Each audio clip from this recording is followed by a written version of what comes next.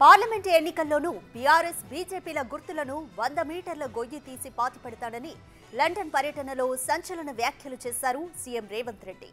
ఎన్నికలప్పుడే రాజకీయాలు అని, ప్రస్తుతం తెలంగాణ అభివృద్ధిపైనే తన దృష్టి ఉందని అన్నారాయన. తెలంగాణను నెంబర్ 1గా నిలిపేందుకు పొరుగు రాష్ట్రాలతో కాదు ప్రపంచంతోనే పోటీ పడతానని రేవంత్ రెడ్డి చెప్పారు.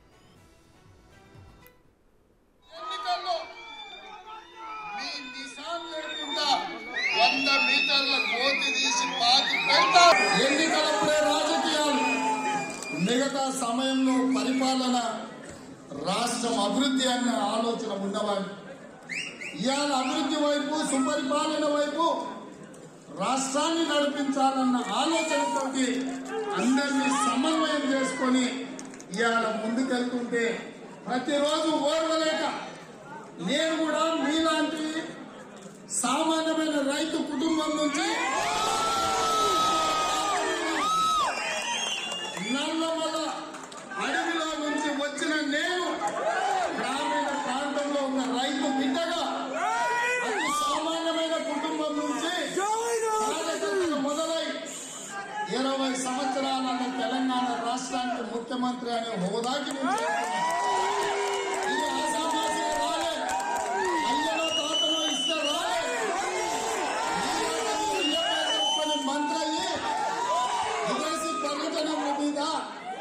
విలాసవంతమైన జీవితాలు గడపడానికి రాలేదు.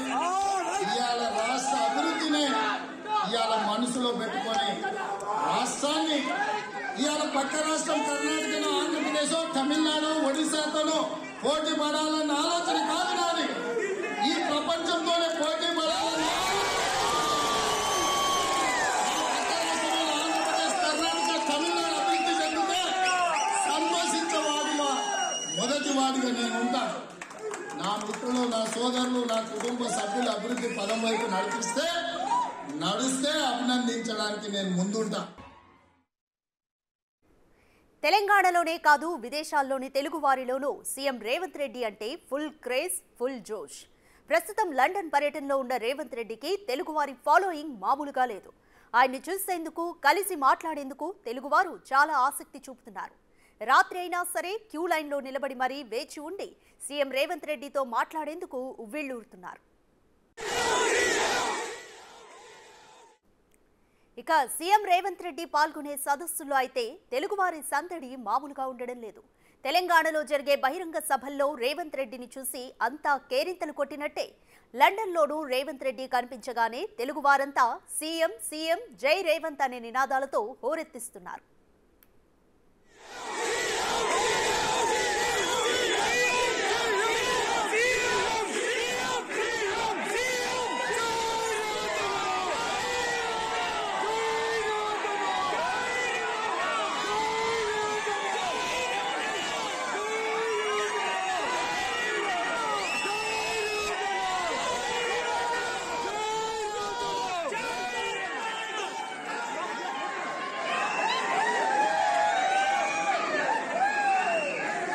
సంక్షేమానికి ఆరాధ్య దైవం రేవంత్ తన ప్రసంగంలో ఎన్టీఆర్, చంద్రబాబు, వైఎస్ రాజశేఖర్ రెడ్డి పేర్లు ప్రస్తావించగానే జనం నుంచి స్పందన ఓ రేంజ్లో ఉంది.